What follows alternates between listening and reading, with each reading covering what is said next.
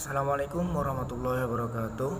Kembali lagi kepada saya di sini. Kali ini saya akan menjelaskan mengenai psikologi abad ke-19.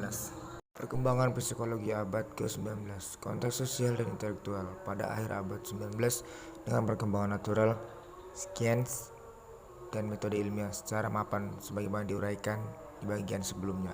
Konteks intelektual Eropa sudah siap untuk menerima psikologi sebagai sebuah disiplin ilmu yang mandiri dan formal.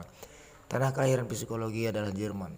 Oleh karenanya munculnya psikologi tidak dapat dilepaskan dari konteks sosial Jerman dan orientasi intelektual Wilhelm Wundt, orang pertama yang memproklamirkan psikologi sebagai sebuah disiplin ilmu. Konteks sosial Jerman.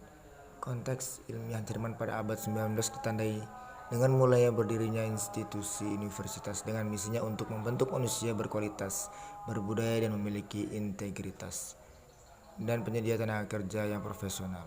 Ilmu psikologi didefinisikan sebagai disiplin ilmu yang menyumbang pada membentuk Bildungsbürger culturally education citizens. Maka psikologi juga dipengaruhi oleh nilai-nilai kualitas manusia ideal Jerman sebagai sebuah ilmu yang hubungannya paling dekat dengan dan paling langsung dengan manusia. Psikologi berada di antara dua kepentingan, hubungannya dengan ilmu-ilmu yang konkret dan aplikatif, dan hubungannya dengan ilmu-ilmu manusia seperti filsafat, teologi. Wundt sendiri menganggap psikologi sebagai bagian dari filsafat. Namun dengan berkembangnya karir pribadinya, ia mulai menentukan batas-batas yang dapat dilakukan PSI sebagai sebuah ilmu alam, khususnya psikologi eksperimen. Dasar berpikir Wundt tentang psikologi menentukan bagaimana posisi psikologi dalam dua kepentingan itu sendiri. Baginya, kesadaran manusia, consciousness, terdiri dari elemen-elemen.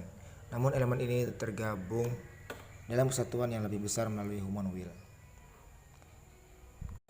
Riwayat dan pemikiran Wundt. Wilhelm Wundt berada pada 1832 dan tahun 1920. Dilahirkan di Neckarau, Baden, Jerman, dari keluarga intelektual. Ia menamatkan studi kesarjanaannya dan memperoleh gelar doktor di bidang kedokteran dan tertarik pada riset-riset fisiologis. Ia melakukan penelitian di bidang psikofisik bersama-sama dengan Johannes Müller dan Hermann von Helmholtz.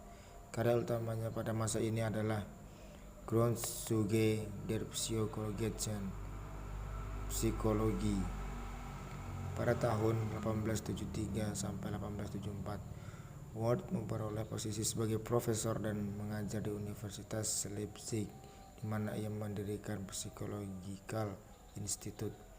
Laboratorium psikologi didirikan pada tahun 1879, menandai berdirinya psikologi sebagai sebuah disiplin ilmu ilmiah. Di awal berdirinya laboratorium ini, Wundt membiayainya dari kantongnya sendiri sebagai sebuah usaha privat. Setelah tahun 1885, lab ini baru diakui oleh universitas dan secara resmi didanai oleh universitas.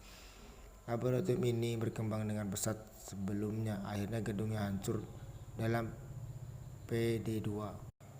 Selama di Leipzig, Wundt adalah seorang pengajar yang sangat produktif, membimbing 200 mahasiswa disertai mengajar lebih dari 24.000 mahasiswa, serta menulis secara teratur. Pada tahun 1900, ia memulai karya besarnya, Volker Psikologi, yang baru dilahirkan diakhirinya pada tahun 1920, tahun di mana ia wafat.